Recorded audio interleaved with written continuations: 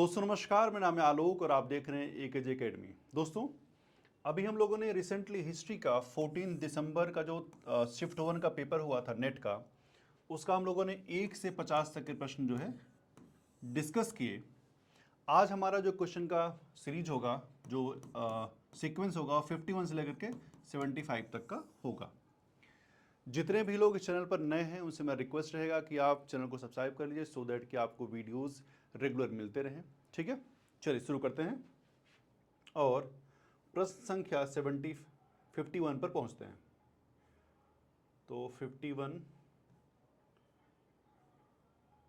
34 and then 38, 38 के बाद 55 ऊपर हो गया, ये आ गया 50 हो गया, यहाँ से 51 नंबर। 51 नंबर सवाल क्या है, देखिए शुरू करते हैं। महाराणा प्रताप के बारे में निम्नलिखित में से कौन से कथन सही हैं? ठीक है, which of the following statement about Maharana Pratap are correct? पहला, महाराणा प्रताप स्थापक आरंभिक सैन्य प्रमुख थे जिन्होंने गुरिल्ला युद्ध कर्म में उत्कृष्टता प्राप्त की। दूसरा, महाराणा प्रताप को जन समूह द्वारा जनरल एक्स्ट्रा ऑर्डिनरी की उपाधि से विभूषित किया गया था। महाराणा प्रताप ने अकबर के समक्ष आत्मसमर्पण किया था और मुगलों की संप्रभुता स्वीकार कर ली थी। महाराणा प्रताप ने हल्दी घाटी का युद्ध वीरतापूर्वक लड़ा था। महाराणा प्रताप राणा संग्राम सिंह के पौत्र थे। ठीक है, ये स्टेटमेंट है। अब इसके ऑप्शंस हैं केवल ABCD या फिर BCDE या फिर CDE या फिर DEAB। ठीक है, सो राइट कौन सा होगा? ऑप्शन नंबर 4 DEAB, यही ऑप्शन आपके सही होंगे। पहला वाला स्टेटमेंट क्या था? महाराणा प्रताप एक अग्रणी सैन्य जनरल थे जिन्होंने गोरिल्ला युद्ध में, ये तो बात सही है, हम जानते हैं इसके बारे में, और इन्होंने इसका बखूबी इस्तेमाल किया मुगलों के खिलाफ, तो ये स्टेटमेंट सही है। महाराणा प्रताप को जनता द्वारा जनरल एक्स्ट्रा एडोंडे का उपनाम दिया गया था, ये स्टेटमेंट गलत है, ऐसा कोई उपनाम नहीं था, उनका और सारे नाम थे, उनको लोग कीका बुलाते थे या और भी कुछ नाम थे। ठीक है, ऐसा कुछ है। ठीक, मुख्यतः ये हो गया। महाराणा प्रताप ने अकबर के सामने आत्मसमर्पण किया और मुगल प्रभुता से, ये भी गलत बात है। आप जानते हैं कि उन्होंने अपनी अंतिम लड़ाई तक, हल्दी घाटी की जब लड़ाई लड़ी जा रही थी, वो वहाँ से जब उन्होंने देखा कि हम पराजित हो जाएंगे, जिसके बारे में यहाँ पर चर्चा होगी, तो उन्होंने क्या किया, वो वहाँ से चले गए। ठीक है, यानी आप ये कह सकते हैं कि उन्होंने उस लड़ाई को लड़ा बट उनकी कभी भी संप्रभुता स्वीकार नहीं की, तो ये वाला भी स्टेटमेंट सही हो जाता है। ई, महाराणा प्रताप संग्राम सिंह के पौत्र थे, ये भी सही बात है। महाराणा संग्राम सिंह, उनके बेटे उदय सिंह, और उनके बाद राणा प्रताप की बात आती है। ठीक है, तो स्टेटमेंट नंबर क्या सही हो जाता है? DE, यानी ABDE सही है। C गलत है, ये वाला जो स्टेटमेंट ये गलत है, बाकी इतने स्टेटमेंट जो है आपके सही हो जाते हैं। ठीक है, हेमचंद्र विक्रमादित्य के बारे में कौन सा कथन सही? हेमचंद्र, जिसको हम लोग हेमू के नाम से जानते हैं एक्चुअली में, तो ये पहला क्या है? महाराजा हेमचंद्र विक्रमादित्य 22 युद्धों में विजयी हुए थे, स्टेटमेंट पहला है ये। दूसरा, महाराजा हेमचंद्र विक्रमादित्य ने अपने जीवन काल में प्रभावी सिविल और सैन्य नीतियों को लागू किया था। तीसरा, महाराजा हेमचंद्र विक्रमादित्य का जन्म मछेरी में हुआ था। D नंबर, महाराजा हेमचंद्र विक्रमादित्य राजपूत शासक थे। और E नंबर, महाराजा हेमचंद्र विक्रमादित्य ने सैन्य हार्डवेयर के लिए विभिन्न विपणन नीतियों को शुरू किया था। So which are the following statement are correct? ठीक है, देखिए कुछ ऑप्शन आपके, अब देखिए जैसे जैसे आप पढ़ेंगे आगे, आपको अगर एलिमिनेशन टेक्निक आता है तो आप उसको अप्लाई कर सकते हैं। फिलहाल मैं यहाँ उसको नहीं बता रहा हूँ, मैं स्टेटमेंट वाइज चलूंगा, बट आप जान सकते हैं अगर इसमें से कोई भी एक स्टेटमेंट आप पकड़ लेंगे, अगर आप उसके बारे में जानकारी आपको है, तो आपका प्रश्न सही हो जाएगा। ठीक है, फिलहाल उसके बारे में बात करेंगे। देखिए पहला स्टेटमेंट क्या है? महाराजा हेमचंद्र विक्रमादित्य ने 22 लड़ाइयों में, ये तो भाई सही बात है, लगभग 24 लड़ाइयां उन्होंने लड़ी, उसमें से 22 में उन्होंने विजय प्राप्त की, ठीक बात है। और इनको हेमू भी कहते हैं, भी बात सही है। तो ऑप्शन नंबर A, B और E सही है केवल। तो B नंबर, अपने जीवन काल में प्रभावी नागरिक और सैन्य नीतियां लागू की, सही बात है। तीसरा, महाराजा हेमचंद्र विक्रमादित्य का जन्म मछेरी में हुआ था, एक गलत बात है। उनका जन्म हरियाणा के रेवाड़ी जिले के कुतुबपुर गांव में हुआ था। स्टेटमेंट ये वाला गलत हो जाता है।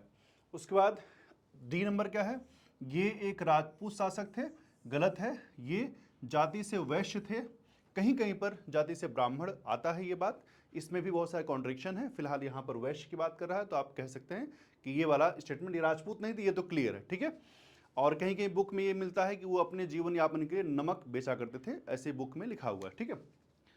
महाराजा हेमचंद के बाद ने सैन्य हार्डवेयर के लिए विपणन नीतियां लागू की, सही बात है। हेमू में सैन्य हार्डवेयर के उत्पादन, ये सब चीजें भी ये सही हो जाती है। तो ऑप्शन नंबर ए, बी और ई सही है। आपका सी नंबर और डी नंबर गलत हो जाता है, ठीक है, ओके। दक्कन के किस सुल्तान ने शिवाजी को जीवित या मृत बंदी बनाकर लाने के लिए अफजल खान को भेजा था? बरार, बीजापुर, गोलकुंडा, अहमदनगर, बीदर, इसमें से ऑप्शन कौन से सही है? हम जानते हैं इसका आंसर, बीजापुर सल्तनत इसका आंसर है। बीजापुर सल्तनत के सेनापति थे अफजल खान। अफजल खान को भेजा गया कि भाई आप जाइए और जो है ये आप एक बैठक ऑर्गेनाइज करिए और शिवाजी को मार दीजिए, ठीक है। इस बार हम लोग जानते हैं। तो ये जो अफजल खान था, उसने छिपे हुए खंजर से शिवाजी के ऐसे लोग गले मिलते हैं तो पीछे हमला करने की कोशिश करता है कि ऐसे हम लोग मार देंगे। लेकिन उसके बाद फिर क्या किया, शिवाजी के पास एक था हथियार जिसको उन्होंने पंजे में पकड़ा हुआ था, पहने हुआ, तो उससे उन्होंने जो है उनको चोट पहुंचाई, बाद में उनको मार दिया गया, ठीक है। तो ऑप्शन नंबर कौन सही होगा? ऑप्शन नंबर बी वाला सही हो जाता है, ठीक है, ओके। राजपूत की चित्रकारी के बारे में निम्नलिखित में से कौन से कथन सही हैं? ठीक है, so which of the following statement about Rajput paintings are correct? Anand K Coomaraswamy स्वामी ने राजपूत चित्रकारी की खोज कर कला के क्षेत्र में योगदान दिया और भारतीय कलात्मक परंपरा की विशिष्ट शाखा की स्थापना की।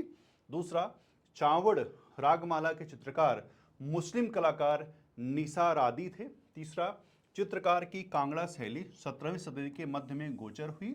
और फिर डी नंबर, महाराज सावंत सिंह जो नागरीदास के नाम से प्रसिद्ध थे, उन्होंने किशनगढ़ चित्रकला शैली में अपना योगदान दिया था। ई नंबर, राजकला चित्रकला अंतर्देशीय देशज भारतीय परंपरा पर फारसी और मुगल शैली के प्रभाव के परिणाम से अधिक है। मैं केवल हिंदी पढ़ रहा हूँ, ठीक है, अगर दोनों लैंग्वेज पढ़ूंगा तो टाइम ज़्यादा लगेगा, सो इसलिए मैं हिंदी को ही प्रेफर कर रहा हूँ, ठीक है। तो चलेंगे इसके आंसर की तरफ हम लोग। तो इसका ऑप्शन नंबर कौन सा हो जाता है? ऑप्शन नंबर 2, यानी ए, बी और डी, ई सही है, सी गलत हो जाता है। ये कथन गलत कौन सा है? कांगड़ा शैली की चित्रकला 17वीं शताब्दी के मध्य में नहीं बल्कि 18वीं शताब्दी के उत्तरार्ध में गोचर मानी जाती है। तो ये स्टेटमेंट ये वाला गलत है। बाकी जो भी स्टेटमेंट है सही है। पहला वाला क्या है? आनंद के कुमार स्वामी भारतीय कला के अध्ययन में एक महत्वपूर्ण व्यक्ति थे और इन्होंने राजपूत चित्रकला को भारतीय कला परंपराओं के भीतर एक विशिष्ट शैली के रूप में पहचान दिलाने का श्रेय मतलब इनको दिया जाता है। बी भी सही है।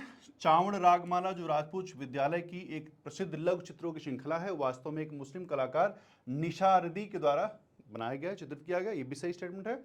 उसके बाद ये सही है, महाराजा सावंत सिंह जिन्हें नागरी दास के नाम से भी जानते हैं, किशनगढ़ चित्रकला शैली के संरक्षक थे जो अपने विशिष्ट रोमांटिक शैली के लिए प्रसिद्ध थे, विशेष रूप से राधा और कृष्ण के चित्रण में।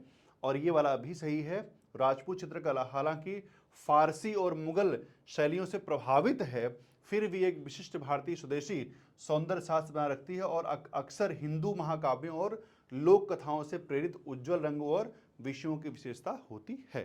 ठीक है, चलिए 55 नंबर सवाल क्या है? वैष्णव धर्म को, यानी इसमें कौन सा सही है? ठीक है, which of the following statement, इसमें से कौन सा करेक्ट है? Which one is correct? Vaishnav धर्म को सर्वप्रथम भागवत पुराण में कृष्ण लीला के महिमा मंडन के माध्यम से बढ़ावा मिला। दूसरा, एकनाथ ज्ञानेश्वर के समकालीन और जाति से दर्जी थे। तीसरा, विठोबा वरकरी पंथ के देव थे।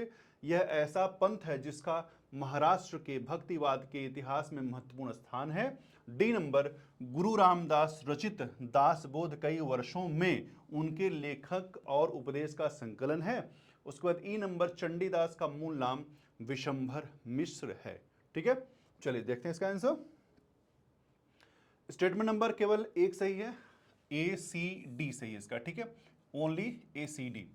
अब जैसे क्या लिखा हुआ, ये कथन सही है तो क्यों सही है? देखिए भागवतम यानी भगवत पुराण वैष्णववाद में एक महत्वपूर्ण ग्रंथ है और इसमें भगवान कृष्ण के जीवन और लीलाओं का विस्तृत चित्रण है जो वैष्णववाद को बढ़ावा देने में महत्वपूर्ण भूमिका निभाता है। तो सही स्टेटमेंट है। दूसरा, ये कथन गलत है। एकनाथ ज्ञानेश्वर के समकालीन नहीं थे, वे 16वीं सेंचुरी के आसपास में थे, जबकि जो ज्ञानेश्वर थे उनका जो समय वो 13वीं शताब्दी में है। ठीक है, और ये एकनाथ क्या थे, ब्राह्मण जाति के ना कि दर्जी थे। ठीक है, तो ये वाला भी स्टेटमेंट आपका क्या हो जाता है, गलत हो जाता है। क्लियर। सी नंबर, यह कथन सही है, विठोबा या विठल वास्तव में वरकरी पंथ के मुख्य देवता हैं। ये तो बात सही है, जो महाराष्ट्र में भक्ति आंदोलन का एक महत्वपूर्ण हिस्सा है, ये बात भी सही है। और यह कथन भी सही है कि दास बोध गुरु रामदास द्वारा रचित एक आध्यात्मिक ग्रंथ है जिसमें उनकी शिक्षाएं, दीक्षाएं, लेखन और उपदेशों का संग्रह है जो कई वर्षों में संकलित किया गया है। और ये स्टेटमेंट गलत हो जाता है, ऊपर से बताया गया आपका। चंडीदास एक मध्यकालीन बंगाली कवि थे और विशंभर मिश्र से संबंधित नहीं थे। विशंभर जो मिश्र जो थे वो चैतन्य महाप्रभु का दूसरा नाम है जो भक्ति आंदोलन में एक प्रमुख संत हुआ करते थे। ठीक है, तो कौन सा स्टेटमेंट आपका ACD जो है वो सही हो जाता है। ठीक, चलिए। अंग्रेजों ने 1831 से 1881 तक मैसूर प्रांत पर शासन किया तो ठीक, किया तो किया, लेकिन अब क्या था इसमें, अंग्रेजों द्वारा मैसूर पर आधिपत्य कायम करने का कारण नगर विद्रोह था। दूसरा, कृष्णराज वोडियान थर्ड अंग्रेजों के हाथों अपना राज्य खो दिया और मात्रिक प्रधान बने रहे। अंग्रेजों ने मद्रास से मैसूर राज्य पर शासन किया था। ये सी नंबर। डी नंबर, अंग्रेजों ने कलकत्ता से मैसूर राज्य पर शासन किया था। ई नंबर, दीवान पूर्णिया मैसूर के, या पूर्णिया इसको बोलेंगे, दीवान पूर्णिया। ठीक है, दीवान पूर्णिया इसको बोलेंगे। दीवान पूर्णिया मैसूर के अंग्रेजों द्वारा अधिग्रहण के लिए जिम्मेदार थे, उत्तरदायी थे। ठीक है, तो ये पूरा हो गया, हम जानते हैं इसका आंसर। सो ऑप्शन नंबर क्या है, ऑप्शन नंबर इसका 2 सही, जो कि ABD ऑप्शन में है। देखिए अभी मैं एलिमिनेशन टेक्निक आपको नहीं बता रहा हूं, मैं सिर्फ व्याख्या बता रहा हूं। अगर आप एलिमिनेशन टेक्निक जानते हैं तो आप जानते हैं ये एग्जाम में बहुत बेहतरीन काम करता है कि अगर आपने कोई एक ऑप्शन को अच्छी तरीके से पकड़ा हुआ है, ये हालांकि 100% सही नहीं है, फिर भी अगर जहां आपका पूर्णतः नंबर जा रहा है वहां पर ये आप टेक्निक लगा सकते हैं। तो यहां पर देखिए, पहला मैं इसको बता दे रहा हूं। पहला, 1830 में क्या हुआ, नागर विद्रोह हुआ, किसानों का विद्रोह था। और ये विद्रोह क्या हुआ, वोडियार तिथि और उनके प्रशासनिक अधिकारियों के कुशासन के खिलाफ एक महत्वपूर्ण विद्रोह था। विद्रोह क्या था, ये कथित कुप्रबंधन और वित्तीय मुद्दों के साथ था। ठीक है, तो स्टेटमेंट क्या है, सही हो जाता है।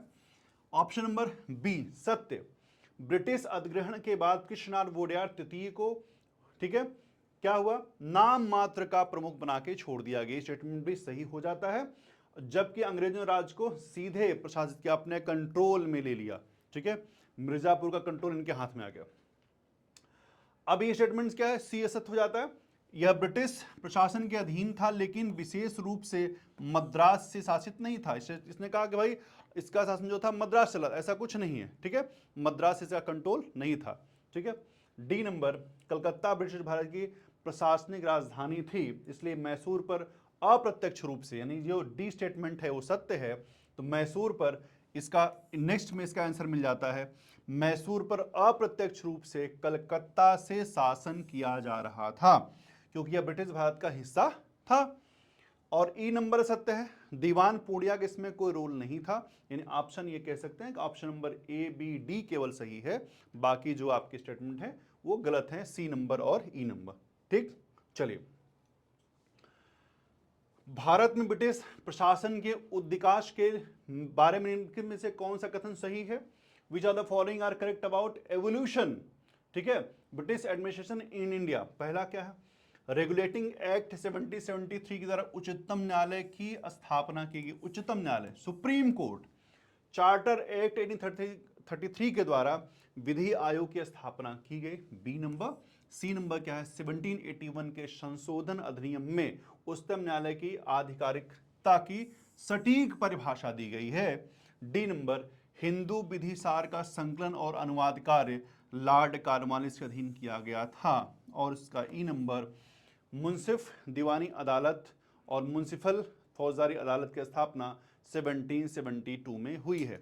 ठीक है, तो देखिए इसमें ऑप्शन नंबर क्या है, ई सही है, बट जो आयोग ने आंसर माना है वो नहीं माना ई को, और ई अगर आप लेके आएंगे, देखिए ऑप्शन नंबर ये तीनों सही है, ए बी सी तीनों सही हैं और ई भी सही है, लेकिन जो आयोग ने माना, जहां अगर आप ई मान ले रहे हैं तो ए और बी नहीं मिल रहा, किसी में कहीं पर नहीं मिल रहा। ठीक है, तो यहां पर जो ऑप्शन निकल के आता है option number A B C, यानी ये वाला ऑप्शन निकल के आता है ऑप्शन नंबर सी 3 नंबर। चौथा भी आप सही कह सकते हैं, यानी यह कथन भी सही है, यह कथन सही है। रेगुलेटिंग एक्ट 1773 के तहत कलकत्ता में सुप्रीम कोर्ट की स्थापना की गई थी, हम जानते हैं सर एलिजा एम्पे उसके जो है मुख्य न्यायाधीश बने। और दूसरा वाला कथन भी सही है, चार्टर एक्ट 1833 के तहत विधि आयोग की स्थापना की गई। ठीक है, और ये कथन भी सही है, संशोधन एक्ट यानी जिसे हम एक्ट ऑफ सेटलमेंट भी कहते हैं 1780 एक्ट, ये भी ठीक है। और ये कथन सही नहीं है कि लॉर्ड कॉर्नवालिस जो है, इनका मूलतः जो काम था वो हिंदू कोड बिल के लिए था, ना कि भारतीय उसके लिए था। ये कथन भी मैंने कहा सही, बट आप इसे, चूंकि आयोग ने इसका आंसर नहीं माना, उसने एबीसी माना है, तो आप एबीसी के साथ जाइएगा, आपका स्टेटमेंट 3 जो है वो सही हो जाता है। ठीक है, क्लियर। चलिए, हमारा तंत्र स्पंज के सदृश कार्य करता है, जिसमें गंगा तट से उत्तम चीजें उद्धृत की जाती हैं और टेम्स नदी के किनारे पर उन्हें निचोड़ा जाता है। ठीक है, स्टेटमेंट है किसका, यह दादा भाई नौरोजी का स्टेटमेंट है। जॉन सलीवन राजस्व बोर्ड मद्रास के अध्यक्ष का यह कथन है। इसमें अंग्रेजों द्वारा भारत से धन के अपवाह के मुख्य बिंदु को शामिल किया गया है। इससे 19वीं सदी में भारतीय अर्थव्यवस्था पर अकाल दुर्भिक्ष जिसको बोलते हैं का प्रभाव परिलक्षित होता है। इससे अंग्रेजों को आत्मनिर्भरता की अर्थव्यवस्था के स्वरूप को नष्ट कर भारत पर अपना नियंत्रण सुदृढ़ करने में मदद मिली। ठीक है, चलिए कौन सा इसमें सही होगा, तो 58 का जो आंसर है पहला, यह कथन दादा भाई नौरोजी का नहीं है, ये गलत बात है। यह कथन किसका है, जॉन सुलीवन का है। ठीक है, दादा भाई नौरोजी का नहीं, नौरोजी ने एक अपनी ड्रेन थ्योरी दी थी, यहां उसकी बात नहीं हो रही है। जॉन सुलीवन मद्रास बोर्ड के रेवेन्यू बोर्ड के अध्यक्ष थे और इन्होंने ही ये क्या किया था टिप्पणी, और ये उसके खिलाफ टिप्पणी की थी ब्रिटिश प्रशासन के खिलाफ। यह भारत से ब्रिटिशों द्वारा धन के निष्कासन की केंद्रीयता को दिखाता है। ये सही बात है कि यहाँ एक तरीके से दिखा रहा है कि इंडिया से पैसा ले जा करके लंदन पहुंचाया जा रहा है। ठीक है, तो उन्होंने गंगा जी को और वहाँ टेम्स को रिलेट कर दिया है इंडिया और इंग्लैंड के हिसाब से। तीसरा ये सही हो गया। और डी नंबर, यह 19वीं सदी में भारतीय अर्थव्यवस्था पर अकालों के प्रभावों को दर्शाता है। ये क्वेश्चन ये क्या है, गलत है। ठीक है, ये तो अकाल का इसमें कोई मतलब नहीं, ये तो पैसे के बारे में बात हो रही है कि पैसा यहाँ से वहाँ जा रहा है, अकाल से क्या मतलब इसका। और ई नंबर, ये कथन सत्य है, यह ब्रिटिशों को भारत पर नियंत्रण मजबूत करने में मदद करता है और स्वावलंबी स्थानीय अर्थव्यवस्था को गरीबी में डालता है, यह कथन भी सही है। ठीक है, बहुत सुंदर। 59, आज जार के निरंकुश तंत्र के नष्ट होने के बाद, जर्मन सैन्यवाद के पतन के बाद समस्त विश्व में एक नई शक्ति का सूत्रपात हुआ है। जनता की शक्ति अपने विधिक अधिकारों की रक्षा के लिए प्रतिबद्ध है। ठीक है, विश्व इतिहास कोर्स का भाग नहीं है, लेकिन कैसे घुमाकर पूछा जा रहा है स्टेटमेंट के माध्यम से। यह रूस की वोल्शेविक क्रांति की प्रतिक्रिया थी। ठीक है, वोल्शेविक। और यह M.A. डांगे का कथन था। यह चरमपंथी नेता बिपिन चंद्रपाल की अनुक्रिया थी।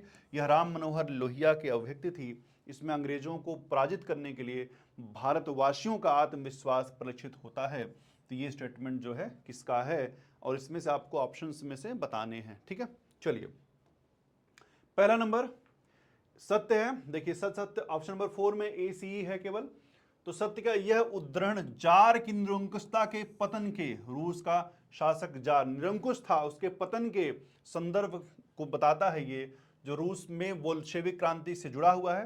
तो ये स्टेटमेंट पहला सही हो जाता है। दूसरा, ये कथन किसका है, ये डांगे का नहीं है, जो एक मार्क्सवादी क्या थे, नेता थे, लीडर थे, ये उनका नहीं है भाई। ये किसका है, ये बिपिन चंद्र पाल का है, जो प्रमुख राष्ट्रवादी नेता, लाल बाल पाल का नाम आता है बार बार, तो यही पाल हैं, ये बिपिन चंद्र पाल एक प्रमुख राष्ट्रवादी नेता हैं और भारतीय स्वतंत्रता आंदोलन में चरमपंथी गुट का हिस्सा थे। ठीक है, नरम दल गरम दल। असत्य, राम मनोहर लोहिया भारत में एक समाजवादी नेता थे, लेकिन यह उनकी शैली के बारे में मेल नहीं खाता है। उदारवादी व्यक्ति हैं, कोई एक्सट्रीमिज्म नहीं है, उदारता की बात करते हैं। सत्य, इसमें अंग्रेजों को पराजित करने के लिए ये क्या भारतीयों का आत्मविश्वास परिलक्षित होता है। ठीक है, जैसे जार को उखाड़ फेंका गया, हम आपको भी या अंग्रेजों को हम उखाड़ फेंक सकते हैं। ठीक है, चलिए, असहयोग आंदोलन के बारे में निम्नलिखित में से कौन से कथन सही है। देखिए यहाँ पर हम लोग पॉइंट टू पॉइंट ही बात कर रहे हैं। अगर हम, चूंकि ये क्वेश्चन का लेवल बहुत बड़ा है और बहुत हाई, अगर असहयोग आंदोलन की बात करने लगेंगे तो ये इसमें 10 मिनट लग जाएगा। सोचिए कितना लंबा हो जाएगा, पूरा पता लगे वीडियो हो, इसलिए मैं सिर्फ पॉइंट टू पॉइंट बात कर, जो लिखा है उसी के बारे में बता रहा हूँ। ठीक है, तो ये देखिए, औपचारिक रूप से असहयोग आंदोलन 1 अगस्त 1920 को आरंभ हुआ था। ठीक है, पहला स्टेटमेंट है। दूसरा, विदेशी वस्त्र का बहिष्कार सफल नहीं था। टोडी, ठीक है, टोडी दुकानों का धरना बहुत प्रचलित था।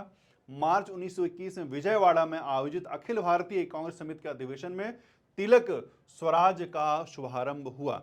ठीक है, बिहार विद्यापीठ पटना के प्रथम कुलाधिपति डॉक्टर राजेंद्र प्रसाद थे। इसमें से कौन सा सही स्टेटमेंट है? पहला है, 1 अगस्त 1920 को गांधी जी ने असहयोग आंदोलन शुरू किया था। हम जानते हैं खत्म क्यों हुआ था, ये आप भी जानते हैं, इसके बारे में आपको पता होगा। ये शुरू हो गया आंदोलन, स्टेटमेंट ये सही है। दूसरा, विदेशी कपड़े का बहिष्कार सफल नहीं हुआ, ये तो असत्य बात है। हुआ, इसमें क्या हुआ, लोगों ने इसका बहिष्कार किया, कमी आई और खादी को बढ़ावा दिया।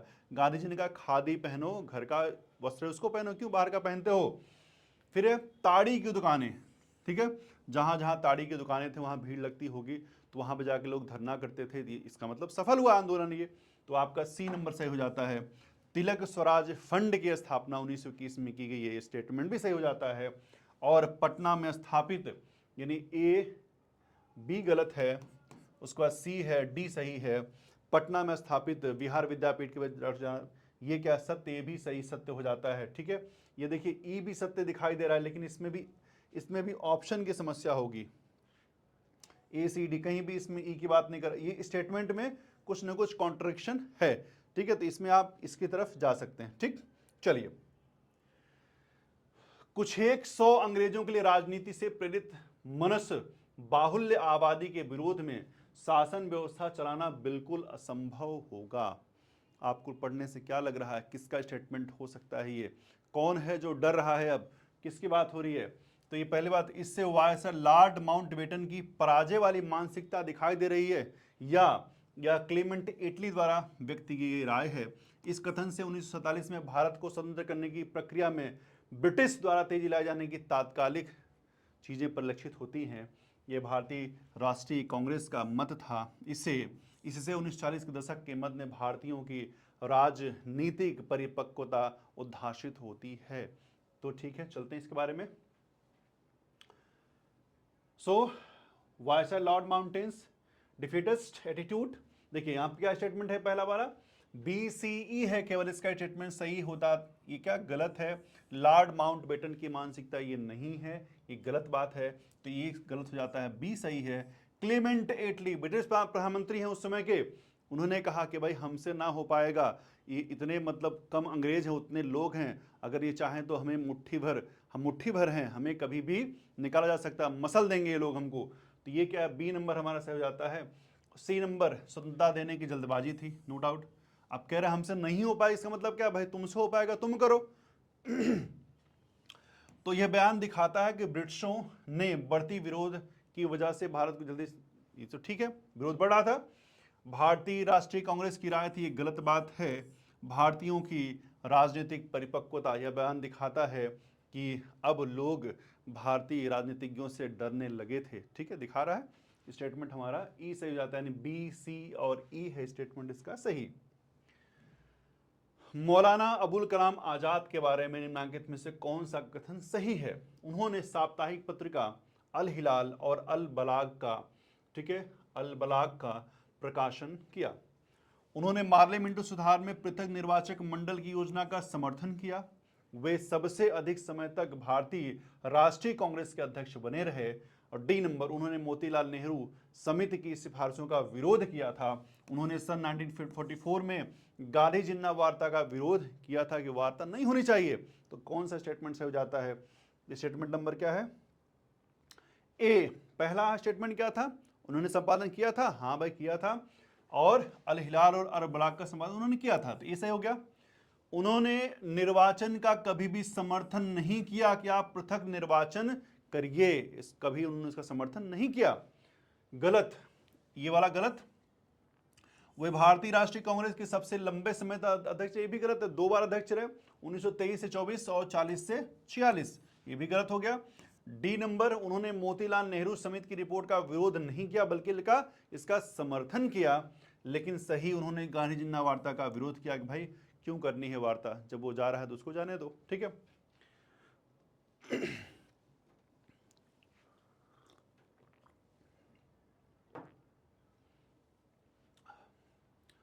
भारत छोड़ो आंदोलन के दौरान कुछ भागों में समानांतर सरकार बन गई, मतलब भाई इंडिया की एक सरकार है अंग्रेजों की, एक सरकार यहां बना ली जाए, समानांतर सरकार चल रही है, तो कहां कहां चली वो? बलिया, गोरखपुर, मिदनापुर, मुंगेर, सतारा। कौन सा इसका सही होगा आंसर? अब देखिए इसमें अगर एक आप पकड़ लिया ऑप्शन नंबर, आप ये जानते हैं गोरखपुर नहीं होगा, तो बी गलत, बी गलत, बी गलत, तो इसके लिए पढ़ने की भी जरूरत नहीं है, लेकिन एक आपको जानना चाहिए इसके बारे में, ठीक। भारत छोड़ो आंदोलन के दौरान विभिन्न हिस्सों में सरकारें बनी थी, जिसका जैसे क्या, बलिया में एक समान सरकार बनी थी, चित्तू पांडे उसके मेन थे। गोरखपुर में नहीं बनी थी, मिदनापुर में बनी थी जिसका नेतृत्व शैलेंद्रदास ने किया था, मुंगेर में भी नहीं बनी थी, लेकिन डी में बनी थी, इसका नेतृत्व तानाजी सुखलकर ने किया था, ठीक है। चलिए बहुत बढ़िया। वस्तुतः ज्ञातव्य मौलिक और यथार्थ सत्य के प्रति मानव मस्तिष्क के लिए अबाधित निबंध अभिगम नहीं है, अनुभव भूत वर्तमान और भविष्य का ज्ञान प्राप्त करने का एकमात्र माध्यम लाक्षणिक प्रक्रम के रूप में भाषा का प्राथमिक माध्यम है। सामान्यतः इसका निर्माण शक्ति औचित्य और अनुचित्य के प्रयोग के लिए प्ररूप के भीतर होता है, ठीक है, ये पढ़ लिया आपने। अब ये जो है ये आधुनिकोत्तरवादी विमर्श का भाग है, यह मिशेल फूको का महत्वपूर्ण मान्यता है, यह भाषा की सीमा का द्योतक है, रोनाल्ड बार्थ सिद्धांत के पक्षधर हैं, यह व्यक्ति के माध्यम के रूप में भाषा के सीमा का द्योतक है। इसमें से कौन सा सही आपको इसका चयन करना था, ठीक है। यह देखिए इसके ऑप्शन कौन से, ए और बी और ई सही है। यह आधुनिकोत्तरवादी, ठीक है, तो ये आधुनिकोत्तरवादी विमर्श का भाग है, ये सही बात है, यह इसका इससे मेल खा रहा है। ये जो भाषा वास्तविकता और सत्य के रिश्ते पर आधारित है, यानी ये रियल चीजों पर आधारित है, सही है, तो स्टेटमेंट ये सही है। यह मिशेल फूको की मान्यता है। फूको ने अक्सर बताया है कि कैसे भाषा और शक्ति हमारी वास्तविकता की समझ को आकार देते हैं, तो स्टेटमेंट सही हो जाता है। यह भाषा की सीमा का द्योतक है, ये गलत बात है। ये क्या है, यह बयान भाषा के सीमा के बारे में नहीं है बल्कि विशेष रूप से भाषाविदों के बारे में है, ठीक है, तो ये स्टेटमेंट क्या हो जाता है, गलत हो जाता है।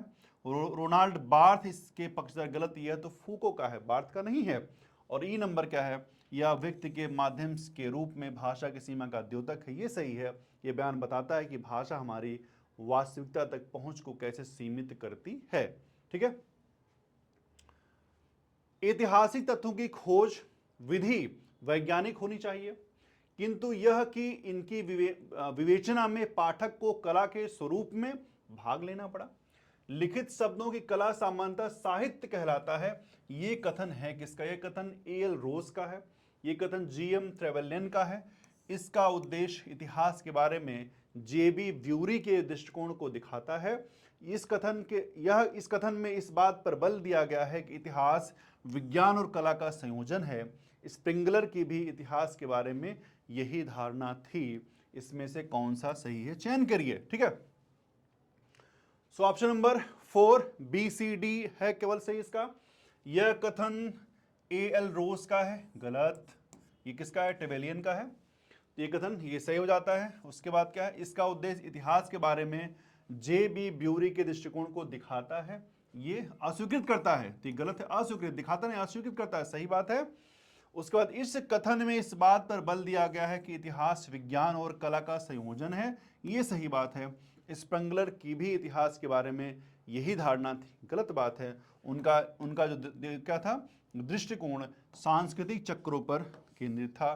स्टेटमेंट ये वाला हो जाता है गलत। तो option number B C D जो इसका हो जाता है सही। ठीक है, अब आता है सूची मिलाने के लिए। यहां तक बात होगी। अब देखिए सूची मिलाया जाएगा। यहाँ पर लिस्ट 1 दिया हुआ है, लिस्ट 2 दिया हुआ, आपको इससे मिलाना है। तो रेडियो कार्बन को आप किससे मिलाएंगे, टीले से मिलाएंगे, खाई को किससे मिलाएंगे, इसको किससे मिलाएंगे, आपको इसके बारे में जानकारी होनी चाहिए। ठीक है, चलिए देखिए रेडियो कार्बन है आपका, ये नो डाउट किसी की भी तिथि की जानकारी करना, डेट पता करना, कोई आदमी कब कैसे गया, किसके बारे में क्या जानकारी, कोई फॉसिल है कब का है, तो इसके लिए क्या होता है नंबर 2 इसका मतलब तिथि निर्धारण, ये हो गया सही। उसके बाद खाई है, खाई इसकी इंग्लिश क्या हो गया आपके ट्रेंच हो गया। सो ट्रेंच का क्या मतलब है, ये क्या है ट्रेंच हमारा क्या है परतें, अस्तर बताता है ये, इसके बारे में जानकारी होगी। फिर अस्तर विज्ञान है आपका, अस्तर विज्ञान आपका बचा कौन सा, गहराई। ठीक है, अस्तर विज्ञान का मतलब यहां पे है स्ट्रेटियोग्राफी हो गया, डेप्थ कार्य बताता है आपका। और ये क्या है पोस्टहर्ड लिखा हुआ है, ठीकरा जिसको हम लोग बोलते हैं, ये इसके बारे में टीला के बारे में यहां जानकारी होती है, लिखा हुआ है यहां पे सब कुछ, आप इसको पढ़ सकते हैं। ठीक है, 67 नंबर सूची कालीबंगन, लोथल, राखीगढ़ी, रोपड़, इजी क्वेश्चन था, आप इसको आराम से कर सकते थे। ठीक है, चलिए इसको देख लेते हैं, इसको फटाफट आंसर। कालीबंगन है आपका कहां, कालीबंगन आपका राजस्थान सिंधु घाटी सभ्यता का एक महत्वपूर्ण स्थल है जो अपनी सुनियोजित संरचना और उन्नत जल निकासी प्रणाली के लिए जाना जाता है। राखीगढ़ी आपकी हरियाणा में पड़ती है। ठीक है, दूसरी बात क्या है लोथल गुजरात आपका, यहाँ पर क्या है आपका बंदरगाह है। ठीक है, बचा कौन रोपड़ जो कि पंजाब में होना चाहिए, तो आपके स्टेटमेंट ये सब हो जाता है। अब ये सब 2-2 लाइन के इसके आंसर्स हैं, तो ये सब इसके लिखा हुआ है। सिंधु घाटी के रोपड़ क्या है, ये यहाँ पर देखिए, जब इसको हम लोग डिटेल में पढ़ेंगे तो अलग अलग जगह पर अलग अलग चीज़ें मिली हुई हैं। लोथल तो बहुत इंपॉर्टेंट है। ठीक है, गोदीबाड़ा ये बंदरगाह डॉकयार्ड। 68 नंबर माधव निधान गणित निघंटू। ठीक है, निघंटू हो गई है, निघंटू प्राचीनतम चिकित्सीय गणित स्कंद है, पारद ये है, रास रत्नाकर, इसमें से कौन सा सही होगा देख लेते हैं इसका फटाफट। माधव निधान रोग विज्ञान संबंधित है ये, इसका नाम है माधव निधान, डील्स विद पैथोलॉजी। यह एक क्लासिकल का जिसमें विभिन्न रोगों और उनके उपचारों के बारे में चर्चा की गई है। तो माधव निधान क्या है, रोग विज्ञान से संबंधित है। निघंटू प्राचीनतम चिकित्सीय वनस्पतिक शब्दकोश है ये, तो ये क्या है प्राचीनतम, ये स्रोत हो गया आपका। उसके बाद गणित स्कंद, ये क्या है गणित स्कंद लिखा हुआ है, तो नो डाउट गणित सही होगा, तो इसमें तो कोई डाउट था नहीं, गणित स्कंद हो गया। रास रत्नाकर बचा, तो इसमें क्या है आपका जो बचा उसी से इसको मिला दीजिए। ठीक है, चलिए बहुत बढ़िया। 69 नंबर सवाल है आपका किरान उस सदेन आशिका नूह सिफिर तुगलकनामा, यहाँ पे सूची 2 से मिलाना है आपको, तो आप इसको मिला दीजिए। ठीक है, जिस किसी को लग रहा हो मैं इसको मिला लूंगा, वीडियो पॉज करके मिला के फिर आप आगे बढ़ सकते हैं। ठीक है, चलिए तो ये ऑप्शन ये नंबर हो गया किरान उस सदेन। यह ग्रंथ दिल्ली सल्तनत के शासक कैकोबाद और बुगरा खान के मध्य हुई मुलाकात, तो पहले से होगा ये आशिका देवल रानी और खिज्र खान के दुखांत प्रेम पर, आशिका आशिक प्रेम यहाँ पर दिख रहा है, इसका मतलब आप इसको इससे मिला सकते हैं। नूह से फिर दक्कन में मुबारक खिलजी के विजयों के बारे में ये है, तो आप इसको मिला सकते हैं। बचा एक तुगलक का नाम आ गया, गयासुद्दीन तुगलक के राज्यारोहण से संबंधित है, तो आप इसको कह सकते हैं। ठीक है, वारन हेस्टिंग कर्जन डलहौजी रिपन, ये लिखा पुरा स्मारक संरचना अधिनियम, हंटर आयोग, बनारस संस्कृत विद्यालय, वुड्स डिस्पैच, तो वही है, अगर 1-2 आप मिला सकते हैं तो आप मिला सकते हैं, आप इसका आंसर दे सकते हैं। ठीक है, चलिए आगे चलते हैं। तो इसका क्या है Warren Hastings. 3 Banaras Sanskrit college है, इसकी स्थापना की गई, तो आप अगर हेस्टिंग्स का आप को इससे मिला दिए 1 से 3 से, तो आपका उसके बाद बचे कौन कर्जन डलहौजी रिपन। कर्जन क्या है 1904 में प्राचीन स्मारक संरक्षण अधिनियम पेश किया था, यानी ये क्या है इसका नंबर बी का 1 हो जाएगा, कर्जन हो जाएगा। उसके बाद क्या बचा हंटर कमीशन, फिर डलहौजी वाला बचा यानी डिस्पैच वाला बचा, तो डलहौजी का वुड डिस्पैच, शिक्षा का मैग्ना कार्टा अंग्रेजी इंट्रोड्यूस किया गया। फिर आपका कौन सा रिपन हंटर कमीशन हो गया आपके बार, ये हो गया रिपन हंटर कमीशन, आ गया इसका आंसर। ठीक है, चलिए 70 नंबर 1 गोलकुंडा, गोलकुंडा किला राजस्थान, मेहरगढ़ किला कर्नाटक, रायगढ़ किला तेलंगाना, बीदर किला महाराष्ट्र, ये किस में सही हो जाता है? इसमें भी आप चाहे तो मिला सकते हैं रोक करके वीडियो को। तो इसका आंसर क्या, गोलकुंडा तेलंगाना, पहले किसका पार्ट था, आंध्र प्रदेश, तो ये आंध्र प्रदेश होता तो सही हो जाता। उसके बाद फिर मेहरानगढ़ किला, ठीक है, मेहरगढ़ जो भी, मेहरगढ़ तो हमारा कहीं और है, मैं बताऊंगा नहीं कहाँ पे, मेहरानगढ़ किला, ठीक है। कुछ चीज़ें आप लोग अपने से खोजिए, राजस्थान में स्थित है, ठीक है, तो ये हो गया आपका, गोलकुंडा आपका तेलंगाना में हो गया, मेहरान किला कहाँ पे हो गया आपका, राजस्थान में हो गया। बचा कौन सा, रायगढ़ का किला, जो कि महाराष्ट्र, रायगढ़ महाराष्ट्र, कितना इंपॉर्टेंट है, बार बार पूछता है, शिवाजी का एरिया है, ठीक है। उसके बाद बीदर किला, ये कहाँ, कर्नाटक में हो गया, इसका ये हो गया सही, ठीक। अगला क्या है, बिरसा मुंडा, हाजी शरीयत अल्लाह, सीधू कानू, वासुदेव, बलवंत फड़के, हुल, रामोशी, उलू उलगान, या फिर यहाँ फैराजी, इसका स्टेटमेंट कौन सही हो जाता है, ठीक है। चलिए, तो ए नंबर 3 है उलूगान, बिरसा मुंडा इसके बारे में सही स्टेटमेंट हो जाता है, बिरसा मुंडा है इसके, ठीक है। ये ये जो है उल गुलान या बिरसा मुंडा या ये मुंडा विद्रोह, ठीक है। फिर भी नंबर ये फराजी आंदोलन हाजी सरतुल्ला और बाद में उनके पुत्र दादू मियाँ, दूदू नहीं दादू, ठीक है, दादू मियाँ द्वारा बंगाल में एक इस्लामी सुधार आंदोलन था। फिर हुल, सीधू और कान्हू, ठीक है, सीधू होता है लेकिन आप ठीक है सिद्धू लिख दिया है, तो यहाँ पे सीधू कर सकते हैं आप इसको, सीधू और कान्हू मुर्मू, संथाल विद्रोह हो गया। फिर डी नंबर रामोशी, वासुदेव बलवंत फड़के, तो एक का थर्ड आपका सही हो गया, उलू उगान हो गया। फिर हाजी सरियता यानी ये फराजी हो गया। सीधू कान्हू हमारा जो हो गया किससे हो गया आपका, ए नंबर से हुल, बचा कौन सा, रामोशी, ठीक है। खामोशी से इसका आंसर दीजिए।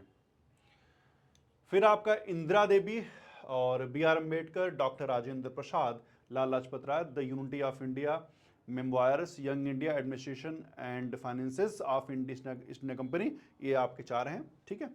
इसके बारे में देख लेते हैं। तो पहला नंबर ए नंबर 2 है मेमोयर्स, ठीक है, मेमोयर्स, ठीक है। इंदिरानी देवी अपनी व्यक्तिगत संस्करणों के लिए आने थे, तो ये आपका इंदिरानी, ये हो गया मेमोयर्स हो गया आपका। और उसके बाद नंबर क्या, B R Ambedkar, administration and finances of East India company, तो इसके बारे में ये हो गया B R Ambedkar, 4 number. Rajendra Prasad, unity of India हो गया, यहाँ पर हो गया, बचा कौन सा, यंग इंडिया इनका हो गया, ठीक है। चलिए अगला देखते हैं। 74 नंबर है आपका मैडम भीकाजी कामा के बारे में, बीरेंद्र नाथ चट्टोपाध्याय, श्याम जी कृष्ण वर्मा, तारक नाथ दास, free Hindustan, Indian sociologist, Vande Mataram, तलवार। तो हम जानते हैं इसका आंसर क्या होगा, मैडम भीकाजी कामा, वंदे मातरम, यानी नो डाउट भीकाजी कामा का नाम बहुत फेमस है। जर्मनी में इन्होंने क्या किया, स्टटगार्ट में इन्होंने झंडा फहराया था, तो ये पहला नंबर ए का थर्ड हो गया, ए का थर्ड हो गया वंदे मातरम। वीरेंद्र नाथ चट्टोपाध्याय हो गया तलवार, ये क्या है, ये इनके प्रकाशन के लिए इनको जाना जाता है, तो तलवार कहाँ है भाई, यहाँ तलवार के साथ इनको जोड़ दीजिए। श्याम जी कृष्ण वर्मा, फ्री हिंदुस्तान, तो ये हो गया आपका फ्री हिंदुस्तान, तो ये इसके आप बचे कौन, तारकनाथ दास, उल्टा चश्मा नहीं है, ध्यान दीजिएगा, ये है इंडियन सोशलिस्ट। तारकनाथ दास भारतीय स्वतंत्रता के समर्थक थे और द इंडियन सोशलिस्ट से जुड़े थे, जो भारत में प्रभावित करने वाले सामाजिक मुद्दों पर एक केंद्रित एक पत्रिका थी, ठीक है। आज का लास्ट सवाल, चक्रीय सिद्धांत, हेगल, कार्ल मार्क्स, अर्नाल्ड टैनबी, वैज्ञानिक भौतिकवाद, चुनौती एवं अनुक्रिया सिद्धांत, द्वंद्वात्मक विधि, ओसवाल्ड स्पेंगर, इसमें से कौन सा सही होगा? तो भाई कौन सा होगा सही, देखते हैं फटाफट। पहला नंबर है चक्रीय सिद्धांत, हम जानते हैं इसको मैंने पढ़ा है पीछे भी, ओसवाल्ड स्पेंगलर के बारे में है ये, तो ये नो डाउट इसका ऐसे हो गया। उसके बाद हेगल, द्वंद्वात्मक, अपने द्वंद्वात्मक विधि के लिए जानते हैं, जिसमें विरोधाभासों को, थीसिस एंटीथीसिस, ठीक है, ये किसी और का है, बहुत बड़े दार्शनिक थे, उनका था स्टेटमेंट, थीसिस एंटीथीसिस, फिर निकालते हैं थीसिस, ठीक है। तो ये हेगल का है बी नंबर, तो बी नंबर हमारा हो गया हेगल, यानी कितना हो गया हमारे पास, बी का थर्ड। द्वंद्वात्मक विधि कौन सा बचा, कार्ल मार्क्स, वैज्ञानिक भौतिकवाद, तो वैज्ञानिक भौतिकवाद बचे कौन सा, अर्नाल्ड टैनबी, चुनौती और अनुक्रिया सिद्धांत। तो ये रहे आज के सवाल, और आज हमने 75 तक कर लिया, 75 हो गया ना भाई, हाँ अब 76 चलेगा, तो 75 हमने कर लिया। अब हम लोग मिलेंगे अपने नेक्स्ट वीडियो में, 76 से लेकर के 100 तक के सवालों को हम लोग समझेंगे। अगर आपको सवाल अच्छे लग रहे हो, इसका एक्सप्रेशन अच्छा लग रहा हो, तो आप वीडियो को लाइक कर सकते हैं, शेयर कर सकते हैं, अपने दोस्तों को जोड़ सकते हैं। हिस्ट्री तो ऐसा पार्ट है जो हर जगह एग्जाम में आता है, ठीक है। तो टेलीग्राम चैनल यहाँ पर इसका स्कैन, ये देखिए टेलीग्राम चैनल है आपका, आप इसको इससे स्कैन कर सकते हैं, ज्वाइन कर सकते हैं AKG एकेडमी का। बाकी यहाँ पे लिंक करवा दिया जाएगा, ये टेलीग्राम चैनल है, ये इसका बार कोड है, आप इसको ज्वाइन कर सकते हैं, ठीक है। So guys thank you very much, मिलते हैं नेक्स्ट वीडियो में, बाय बाय।